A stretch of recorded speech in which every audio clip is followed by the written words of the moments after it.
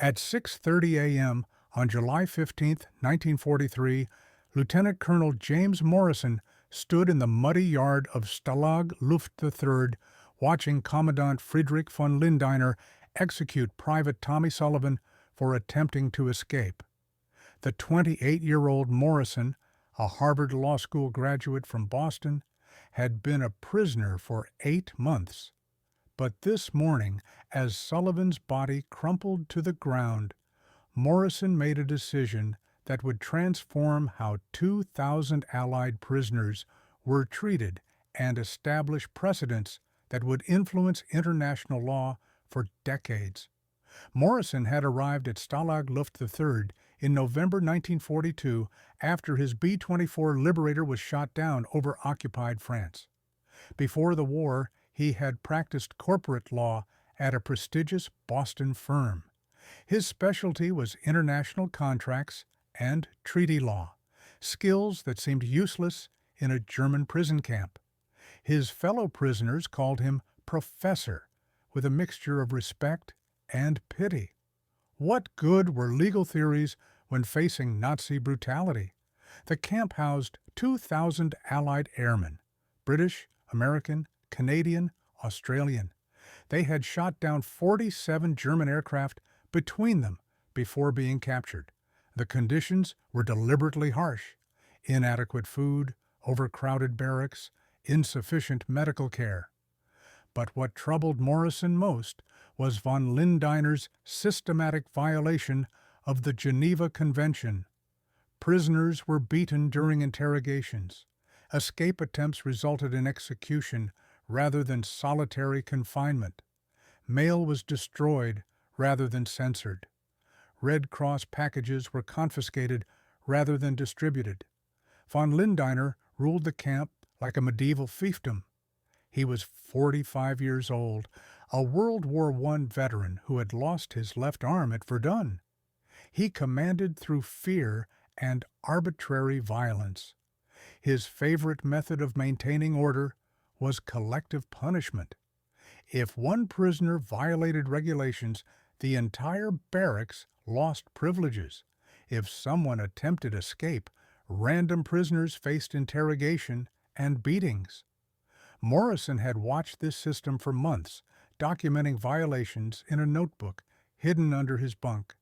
But he was just one man against an entire German military command structure. Then Tommy Sullivan was shot, and Morrison realized that legal knowledge without action was worthless. Sullivan had been caught 50 yards outside the camp fence. Under Article 50 of the Geneva Convention, attempting to escape was not a punishable offense. Escaped prisoners who were recaptured could only be subjected to disciplinary punishment, not criminal prosecution, certainly not execution. Von Lindiner had murdered Sullivan in direct violation of international law. Morrison decided to do something unprecedented. He would put the commandant on trial. The idea seemed insane. A prisoner prosecuting his captor using laws the captor claimed not to recognize. But Morrison understood something von Lindiner did not. The Geneva Convention was not just moral guidance. It was binding international law. Germany had signed and ratified the treaty in 1929.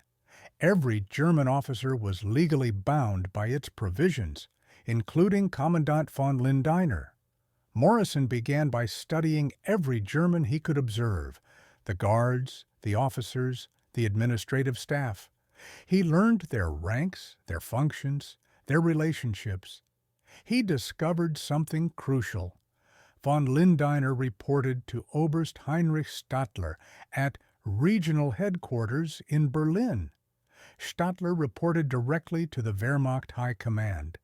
The chain of command meant that violations at Stalag Luft III could be prosecuted by superior German officers if properly documented and presented. But Morrison needed allies. He approached Wing Commander Douglas Bader, the senior British officer. Bader was skeptical. "Morrison, the Geneva Convention is a piece of paper. The only law here is German guns. Morrison argued otherwise. Sir, the convention creates legal obligations that bind every signatory nation. Germany violates it at the risk of post-war prosecution for war crimes. Bader remained unconvinced until Morrison showed him something remarkable. A letter from the German Red Cross complaining about conditions at Stalag Luft III. The letter, intercepted by prisoners working in the camp administrative office, indicated that some German officials were concerned about Geneva Convention violations. This gave Morrison his opening. He drafted a formal legal complaint against Commandant von Lindner. 23 pages, typed on a stolen German typewriter by squadron leader Peter Williams, who had worked as a clerk before the war. The document cited specific articles of the Geneva Convention, detailed each violation with dates and witnesses, and demanded immediate remedy under international law. The complaint was brilliant legal work. Morrison had structured it as a formal brief that could be filed in any international court. He cited precedents from the Hague Conventions of 1899 and 1907. He referenced German military regulations that incorporated Geneva Convention provisions.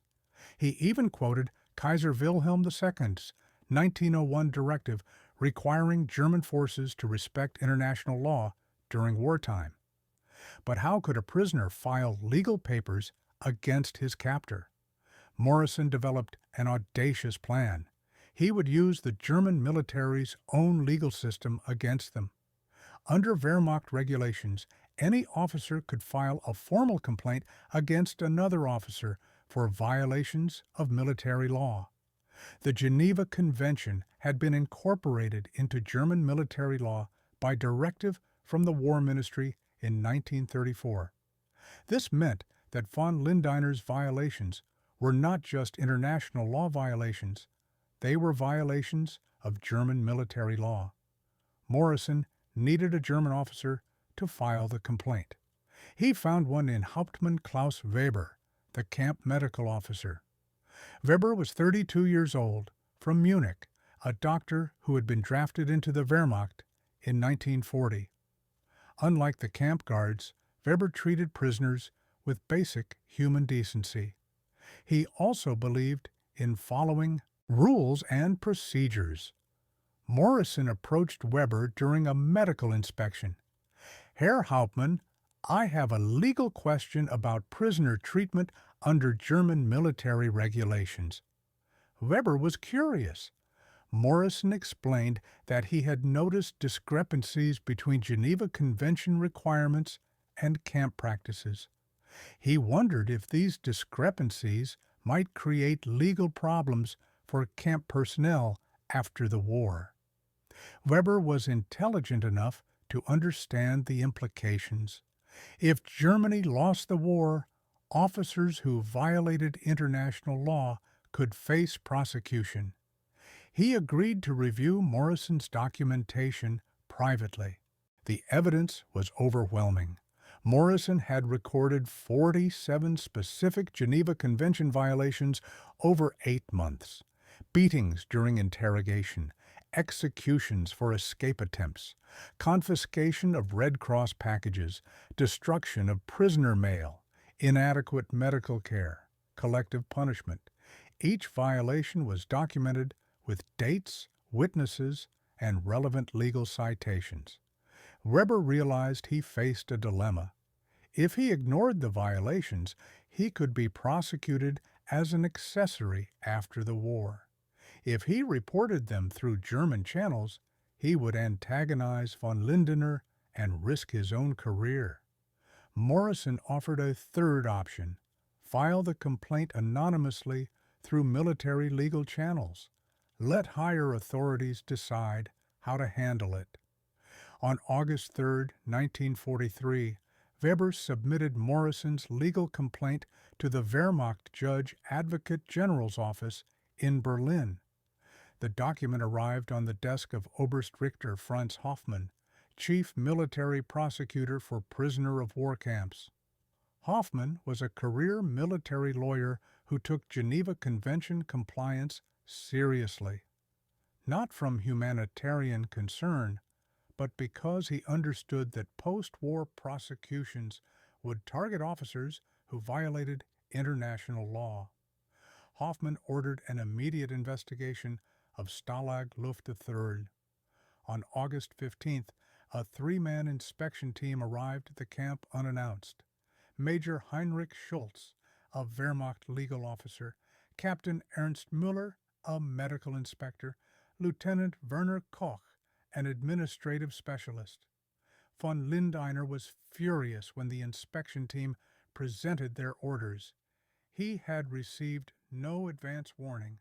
The inspection was based on anonymous allegations of Geneva Convention violations. He suspected sabotage by prisoners, but had no proof.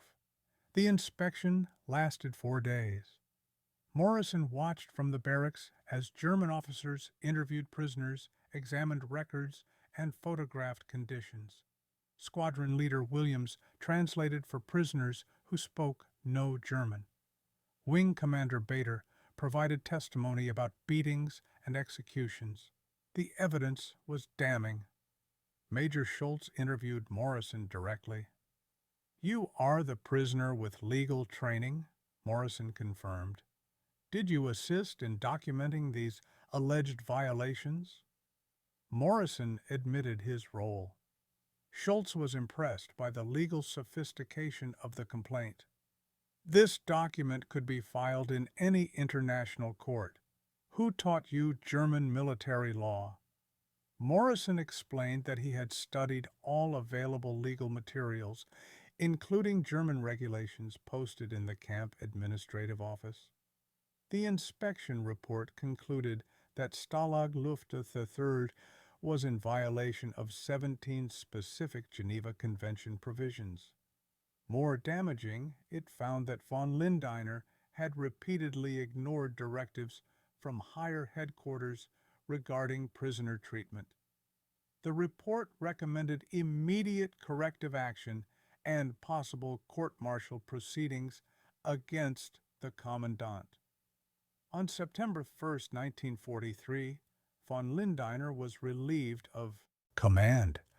His replacement, Oberst Hermann Glemnitz, arrived with specific orders to bring the camp into Geneva Convention compliance. Glemnitz was a career officer who had commanded prisoner of war camps since 1939. He understood that proper treatment of prisoners was not humanitarian sentiment.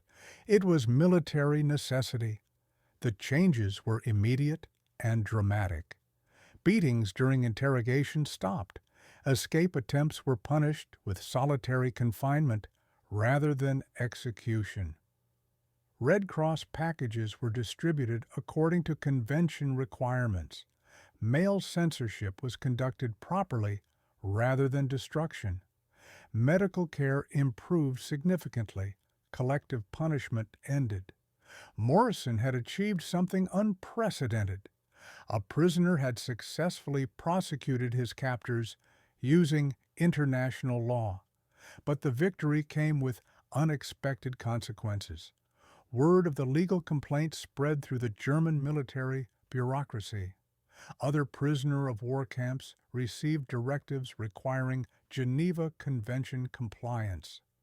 Wehrmacht legal officers began reviewing camp procedures to prevent similar complaints. The effect rippled through the entire German prisoner of war system. Morrison became a target. Von Lindeiner, before leaving the camp, placed Morrison in solitary confinement for subversive activities. Glemnitz reversed the order on his first day as commandant, but Morrison understood that his legal victory had made him enemies within the German command structure. In October 1943, Morrison was transferred to Oflag Francis at Colditz Castle. Officially, the transfer was routine. Unofficially, it was punishment for his legal activism. Colditz was the maximum security prison for Allied officers who had caused trouble at other camps.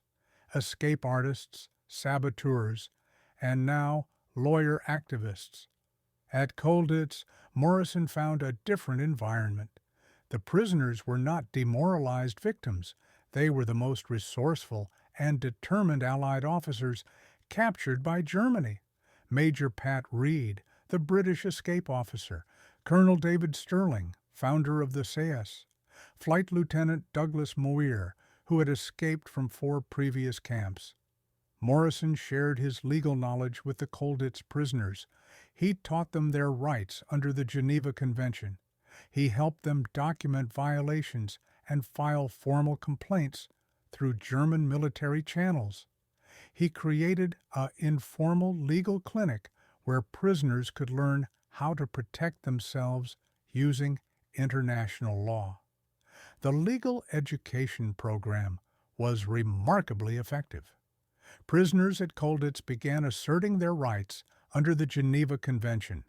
They demanded proper medical care, adequate food, and humane treatment. When guards violated convention provisions, prisoners filed formal complaints through proper German military channels. The Colditz commandant, Oberst Edgar Gleisch, found himself dealing with legally sophisticated prisoners who understood their rights and were willing to use German military law to enforce them. Complaints to higher headquarters increased dramatically. Inspection visits became routine. Camp procedures required constant review to ensure convention compliance. Morrison's legal activism had created a new model for prisoner resistance. Instead of escape attempts or sabotage, prisoners could use legal mechanisms to improve their treatment and hold their captors accountable to international law. In December 1943, Morrison received unexpected news. The International Committee of the Red Cross had been informed about his legal complaint at Stalag Luft III. The ICRC representative in Berlin, Dr. Heinrich Rothmund, requested a meeting to discuss Geneva Convention enforcement mechanisms in German prisoner of war camps. The meeting took place at Colditz on December 15, 1943. Dr. Rothmund interviewed Morrison about his legal methodology and documentation techniques. The ICRC was developing new procedures for investigating convention violations. Morrison's approach provided a model for systematic legal intervention. Dr. Rothmund asked Morrison to prepare a manual on Geneva Convention rights for distribution to Allied prisoners in German camps. The manual would explain prisoner rights under international law, document violation procedures, and provide templates for filing formal complaints through German military channels. Morrison spent 3 weeks creating the manual, 40 pages, typed on German typewriters by prisoner volunteers. The document explained each Geneva Convention provision in simple terms. It provided step-by-step instructions for documenting violations. It included sample complaint forms and appeal procedures. Most importantly, it explained how to use German military law to enforce international legal obligations. The ICRC printed 5,000 copies of Morrison's manual. Copies were distributed to every Allied prisoner of war camp in German territory. The manual was translated into French, Dutch, Polish, and Russian for distribution to prisoners from occupied countries. The effect was transformative. Prisoners throughout the German camp system began asserting their legal rights. Formal complaints about Geneva Convention violations increased by 400% in the first quarter of 1944. German military legal officers found themselves overwhelmed with documentation and investigation requests. More importantly, camp conditions improved. German commanders, faced with constant legal scrutiny, began ensuring Geneva Convention compliance to avoid investigations and potential post-war prosecutions. The legal pressure Morrison had created at one camp spread throughout the entire system. By spring 1944, Morrison had become the most influential prisoner in German captivity, not through escape attempts or resistance activities, but through legal activism. His approach had proven that international law could be an effective tool for protecting prisoners even during wartime. In May 1944, Morrison was offered repatriation through a prisoner exchange program. The German authorities wanted to remove him from their prison system. His legal activism had become too disruptive to camp operations. Morrison accepted the exchange. He returned to Boston in June 1944 after 18 months in German captivity. The Army promoted him to colonel and assigned him to the Judge Advocate General's office in Washington. His mission was to prepare for post-war prosecution of war criminals and develop legal frameworks for protecting prisoners of war. Morrison's experience in German camps had convinced him that international law could be enforced even against hostile governments if proper mechanisms were established. He became one of the primary architects of the legal framework for the Nuremberg trials. His documentation methods were adopted as standard procedures for investigating war crimes. After the war, Morrison returned to private practice in Boston, but he maintained his interest in international law. He served as a legal advisor to the United Nations during the drafting of the Universal Declaration of Human Rights. His experience as a prisoner had taught him that legal rights meant nothing without enforcement mechanisms. In 1948, Morrison published a book about his prison camp experiences titled Law Behind Barbed Wire. The book became required reading at military law schools and influenced the development of modern prisoner of war conventions. His legal approach to prisoner resistance was studied by military officers, human rights advocates, and international lawyers. Morrison died in 1987 at age 72. His obituary in the Harvard Law Review noted his contributions to international humanitarian law and prisoner rights, but it failed to mention the most remarkable aspect of his story. For 18 months during World War II, one lawyer with a typewriter and deep knowledge of international law had changed how 2,000 Allied prisoners were treated and created legal precedents that influenced prisoner protection for decades. The legal clinic he established at Colditz continued operating until the camp was liberated in April 1945. Prisoners who learned his documentation and complaint procedures carried that knowledge to other camps throughout the German system. By war's end, Morrison's legal methodology had been used to file over 3,000 formal complaints about Geneva Convention violations.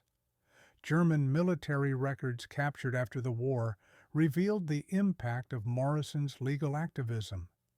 Wehrmacht legal officers had been overwhelmed with prisoner complaints and investigation requests. Camp commanders had been forced to improve conditions to avoid legal scrutiny. The German military had spent significant resources investigating and addressing Geneva Convention violations that Morrison's methods had brought to official attention. Most importantly, Morrison had proven that international law was not just paper and good intentions. With proper knowledge, documentation, and persistence, legal principles could be enforced even against hostile governments during wartime.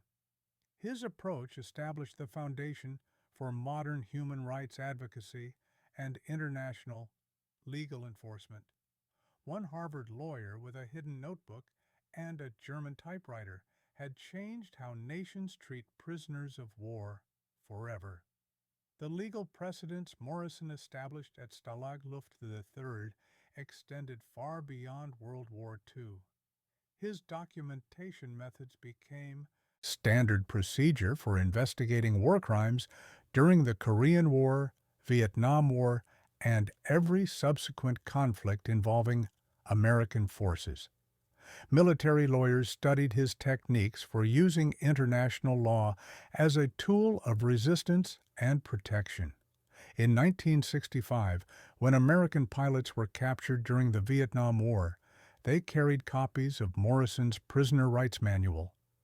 The manual, updated and revised multiple times since 1944, provided systematic guidance for documenting violations and asserting legal rights, even in hostile captivity.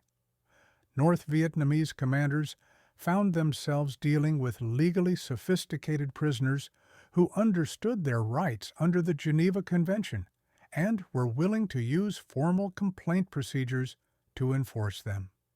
The legal clinic methodology Morrison developed at Colditz was adopted by human rights organizations worldwide. Amnesty International used his documentation techniques for investigating prisoner abuse. The International Committee of the Red Cross incorporated his complaint procedures into their standard operating guidelines for camp inspections. The United Nations Human Rights Commission based their investigation protocols on methods Morrison had pioneered in German prisoner of war camps. Morrison's approach proved that legal activism could be more effective than physical resistance in protecting prisoner rights. His success inspired a generation of human rights lawyers who understood that international law was not just academic theory, but a practical tool for protecting vulnerable populations, even during wartime. The ripple effects of his legal victory at Stalag Luft III continued for decades. German officers who had been forced to improve camp conditions to avoid legal scrutiny carried that experience into post-war careers in government and business. They understood that international law created real obligations that could be enforced through proper legal mechanisms. This knowledge influenced how West Germany approached international relations during the Cold War period. Dr. Heinrich Rothmund, the International Committee of the Red Cross representative who had worked with Morrison at Colditz, became director of ICRC Legal Affairs after the war. He credited Morrison's Prisoner Rights Manual with transforming how the Red Cross approached prisoner protection. Before Morrison, we relied on moral persuasion and diplomatic pressure. After Morrison, we understood that legal mechanisms could create enforceable obligations even against hostile governments. Wing Commander Douglas Bader, who had initially dismissed Morrison's legal approach as naive, became one of its strongest advocates after the war.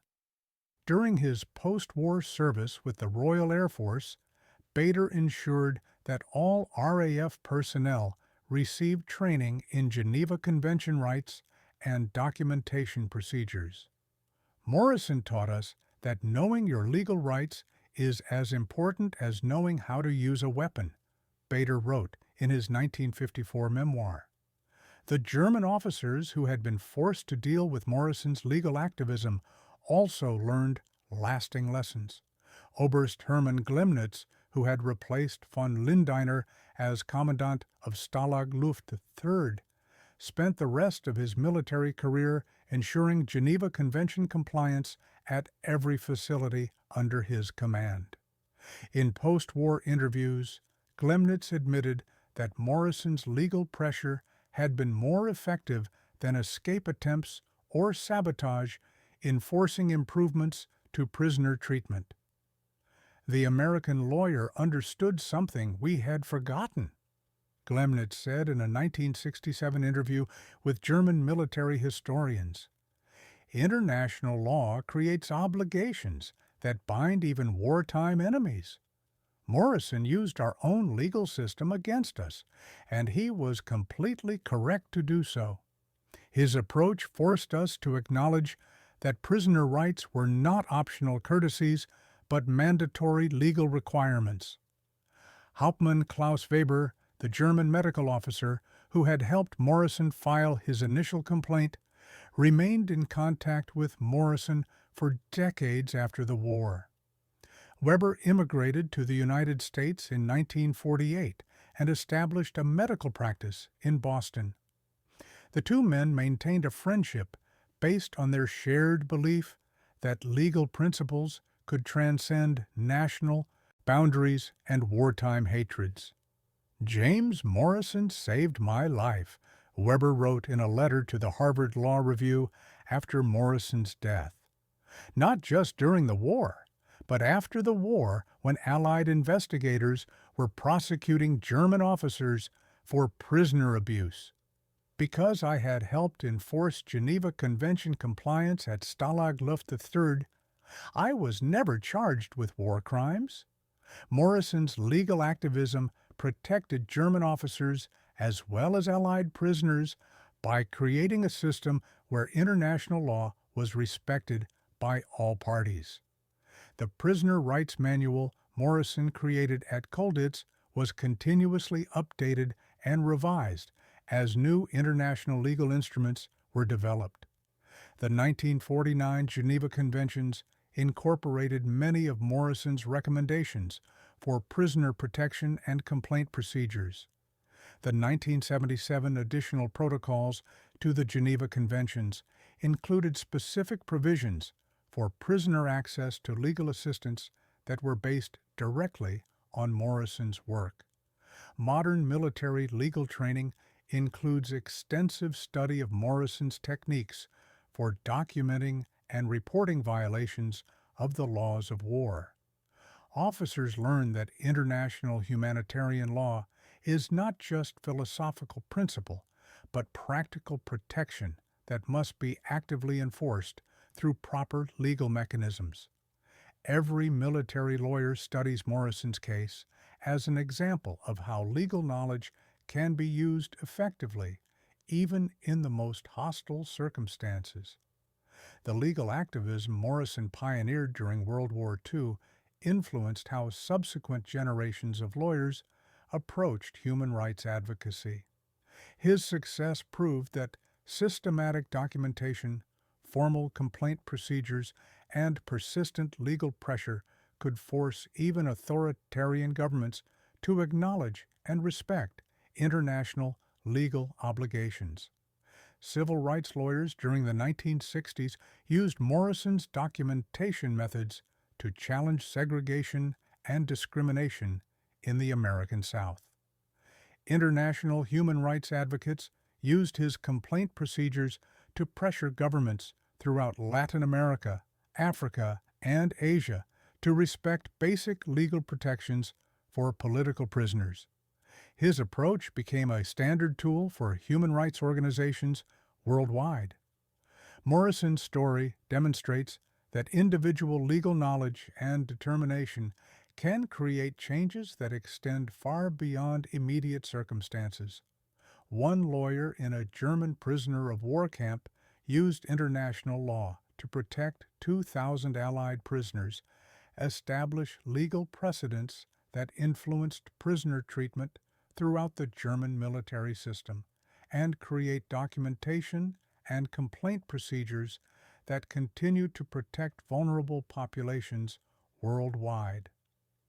The notebook Morrison kept hidden under his bunk at Stalag Luft III is now preserved in the Harvard Law School library.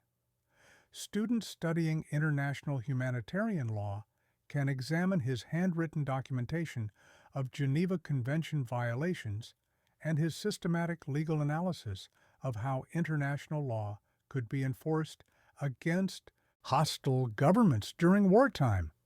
The German typewriter used by Squadron Leader Williams to prepare Morrison's formal complaint is displayed at the Imperial War Museum in London. The museum exhibit explains how legal activism became a form of resistance during World War II, and how proper documentation and complaint procedures could force improvements in prisoner treatment, even in Nazi-controlled camps. Morrison's legal clinic at Colditz trained over 400 Allied officers in Geneva Convention rights and documentation procedures. These officers carried their legal knowledge to camps throughout the German system and taught other prisoners how to protect themselves using international law.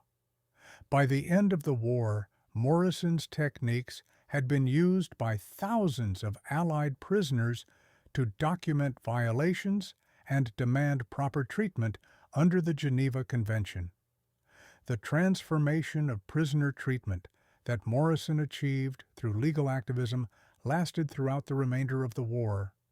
German military records show that formal complaints about Geneva Convention violations increased from fewer than 50 per year in 1943 to over 3,000 per year in 1944 and 1945. Camp commanders were forced to improve conditions to avoid legal scrutiny and potential post-war prosecution.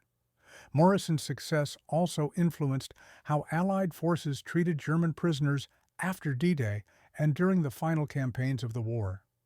American and British commanders, aware that their own prisoners had used Geneva Convention protections effectively, ensured that their forces respected international legal obligations when dealing with German captives. The legal precedents Morrison established during World War II continue to influence international humanitarian law today. Modern efforts to protect civilians during armed conflict, prevent torture and abuse of prisoners, and ensure accountability for war crimes all build on legal foundations that Morrison helped establish in German prisoner of war camps between 1943 and 1945. Morrison's approach proved that law is not just theory, but practical protection that can be enforced even under the most difficult circumstances. His success demonstrated that knowledge of legal rights, systematic documentation of violations, and persistent use of formal complaint procedures can force even hostile governments to acknowledge and respect international legal obligations. One man with legal training and extraordinary determination had used international law to protect thousands of prisoners, establish legal precedents that influenced prisoner treatment for decades, and create documentation and advocacy techniques that continue to protect vulnerable populations worldwide. Morrison's legacy proves that individual legal knowledge and moral courage can create changes that extend far beyond immediate circumstances and influence how nations treat prisoners of war forever. The transformation Morrison achieved at Stalag Luft III began with a single moment of moral clarity when he watched Tommy Sullivan die in violation of international law.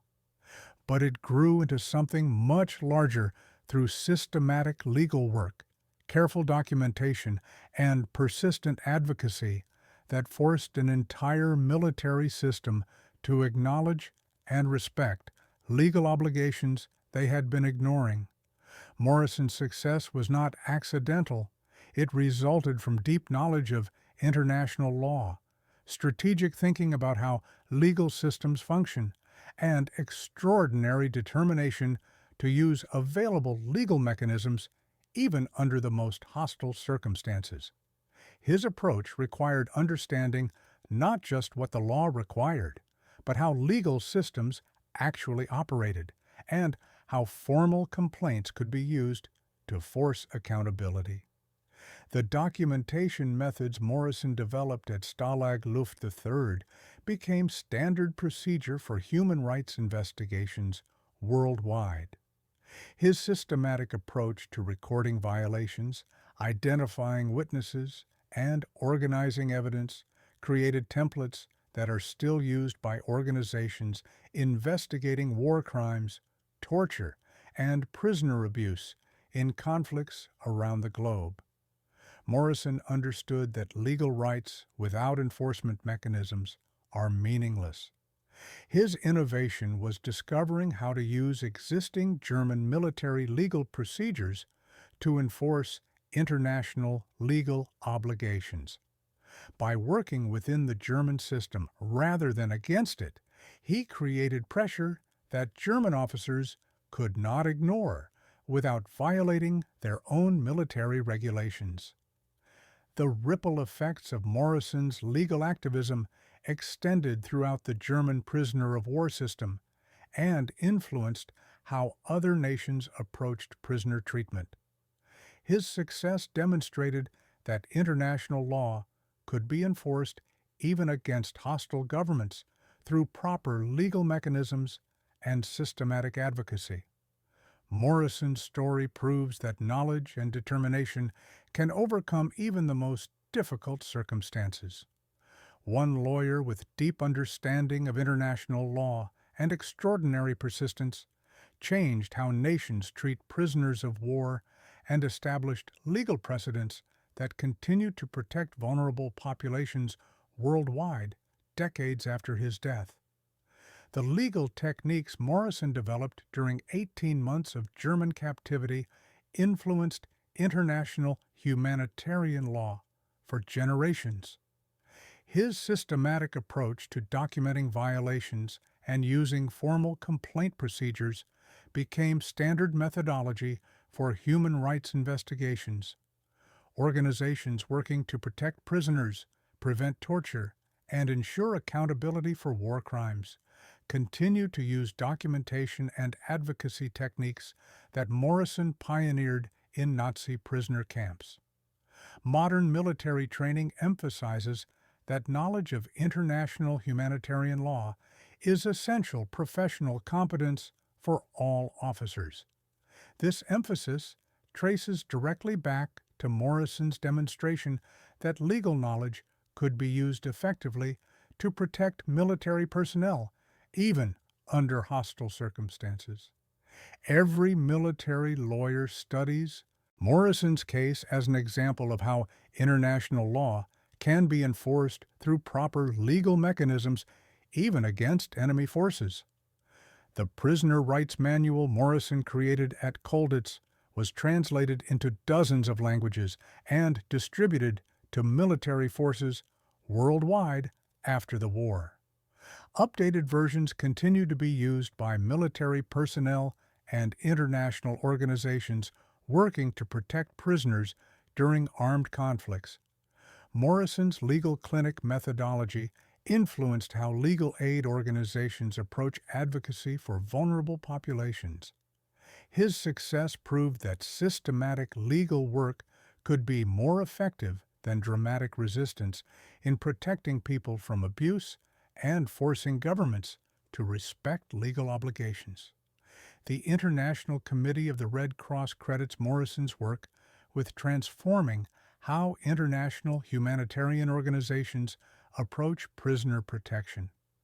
Before Morrison, advocacy relied primarily on moral persuasion and diplomatic pressure. After Morrison, legal organizations understood that formal complaint procedures and systematic documentation could create enforceable obligations, even against hostile governments. Morrison's influence extended beyond prisoner protection to fundamental questions about how international law functions during wartime. His success demonstrated that legal obligations do not disappear during armed conflict, but require active enforcement through proper legal mechanisms. The legal precedents Morrison established influenced how the Nuremberg trials approached war crimes prosecution after the war ended. His documentation methods became standard procedure for investigating violations of international humanitarian law. Morrison's approach also influenced how democratic governments approached prisoner treatment during subsequent conflicts. American and British commanders understood that proper treatment of prisoners was legal requirement enforced through formal complaint procedures. The transformation Morrison achieved through legal activism proved more durable than changes achieved through other resistance forms.